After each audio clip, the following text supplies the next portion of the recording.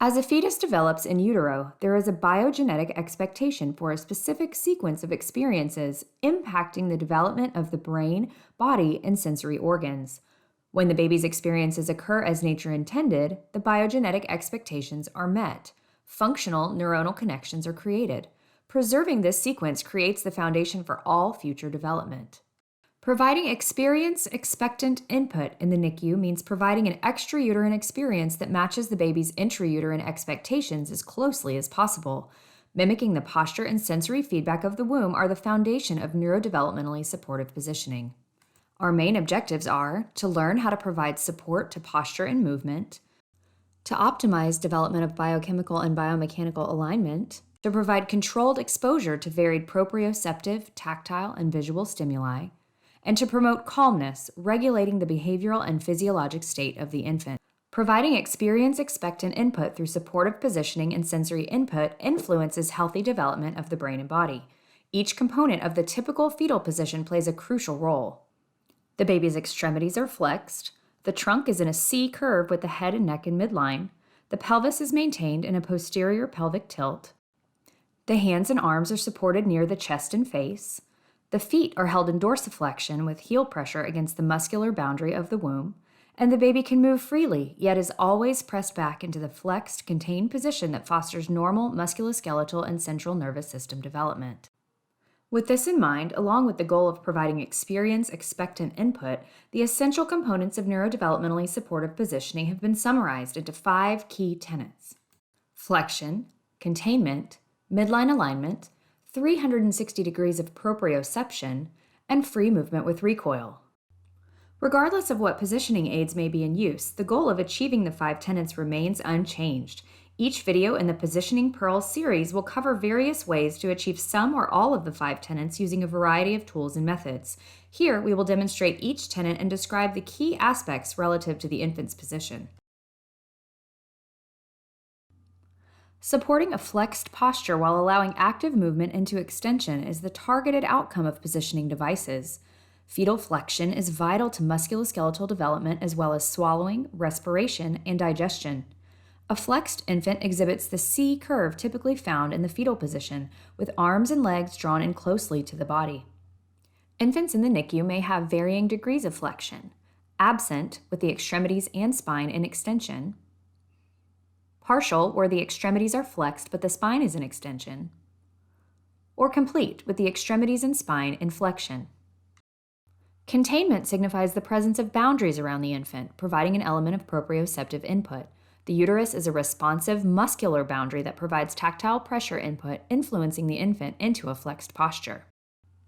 Boundaries may be absent or in the bed but away from the infant, partially in contact with the infant, or completely in contact with the infant on all sides. Symmetrical movement and responses are crucial for early development and later milestone accomplishment, making it essential to reduce asymmetry. Bringing the extremities symmetrically toward the midline and keeping the head and neck in less than 45 degrees of lateral rotation promotes symmetrical musculoskeletal development for skills like rolling, crawling, and eating.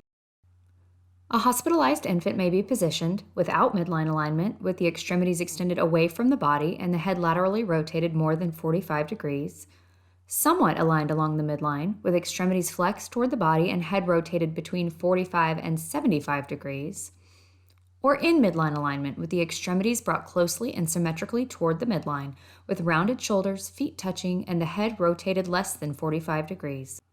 Proprioceptive input allows the infant to form neuronal connections that establish, to the developing brain, where the body lies in space.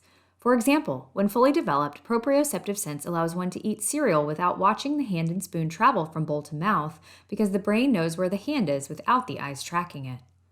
During gestation, the uterus essentially encapsulates the baby, providing proprioceptive feedback to the infant regardless of the way the infant moves or stretches. In the NICU, proprioceptive input can be provided at varying degrees: absent or misplaced, as the boundaries shown here are touching the baby but not in a way that provides proprioceptive feedback.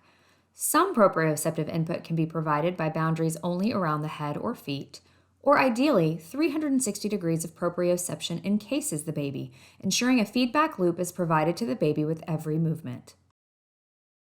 The uterus allows for unrestricted movement and developmentally appropriate stimulation. Even though there is an enclosed space with defined boundaries, there is freedom of movement that facilitates development of proprioception. We must therefore consider the composition of any boundaries or coverings. Using tools that provide gentle but dynamic resistance, regardless of the degree or direction of extremity extension, are essential to allowing the baby to move freely within the positioner while providing recoil to a flexed posture. In the first example, a tightly swaddled hospital blanket does not allow for free movement and does not provide recoil. A simple positioning nest can allow free movement and may provide some recoil of the lower extremities, but the unsecured straps are unable to facilitate a return to flexion if they are loosened with startling. The ideal positioning support encircles the baby in a stretchy, responsive fabric covering that allows free movement and provides recoil, while promoting flexion, containment, and midline alignment and providing proprioceptive input. Each positioning pearl will discuss which of the 5 tenets of neurodevelopmentally supportive positioning are met using various tools.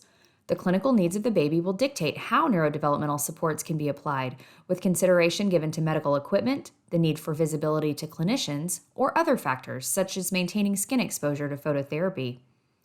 When we think in terms of the 5 tenets as we position our babies, we are more likely to provide robust positioning support, regardless of the complexity of the baby's clinical needs.